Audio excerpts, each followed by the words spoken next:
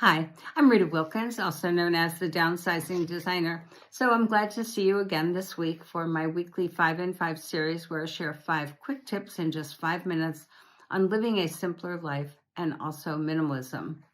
So today's, I guess a question would be, have you ever felt pressured to get rid of something just because it was someone else's idea of what a minimalist home should look like?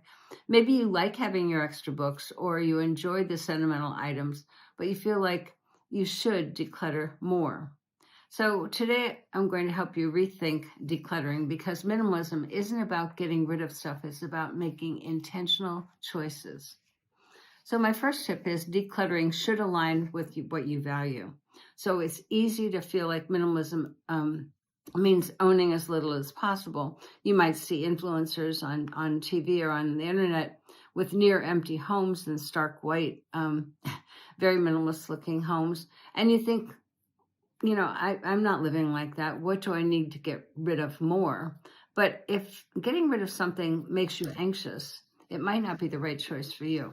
So instead of asking, should I get rid of this? Just ask, does this align with my values? Is it serving a meaningful purpose to me? Does it add joy? And does it represent something important in my life? The second tip is sentimental items aren't the enemy. So sentimental clutter is one of the hardest parts of any decluttering. And you might feel like you have to declutter the gifts, the childhood keepsakes, or those old letters or old photos that have been sitting in your basement, even if they hold deep meaning for you. But letting go doesn't have to mean letting go of everything. So choose a few sentimental items that truly resonate with you. Consider storing them in a dedicated space or displaying them intentionally so that you can actually enjoy them. Your memories are valuable, but they don't have to take up all of your space. And my third tip is more storage isn't always the answer. So this is the month that all of those bins are on sale.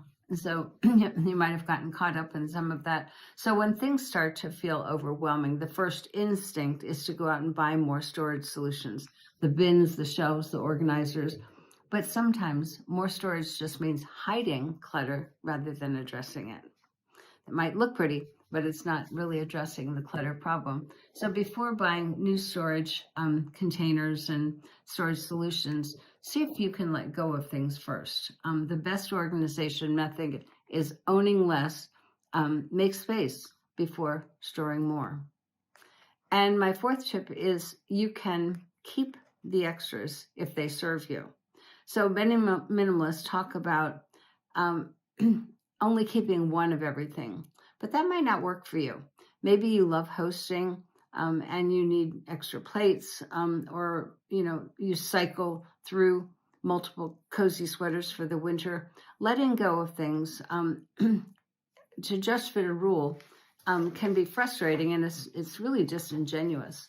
So instead of eliminating all those extras, be intentional about what you let go of. If you use something often, and it makes your life easier. If it's just taking up space, then get rid of it. And my fifth tip is decluttering should feel good, not forced. So if decluttering is making you feel bad, that's just a sign that following someone else's rules isn't exactly what you should be doing.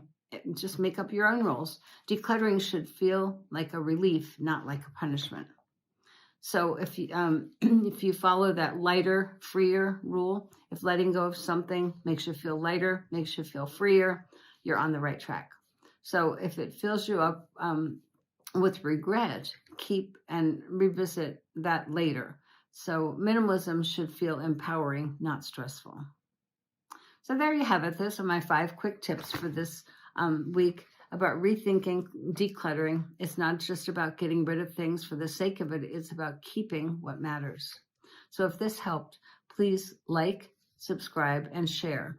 And if you want to get an easy, no pressure way to start decluttering, grab my essentials checklist for simplifying your life.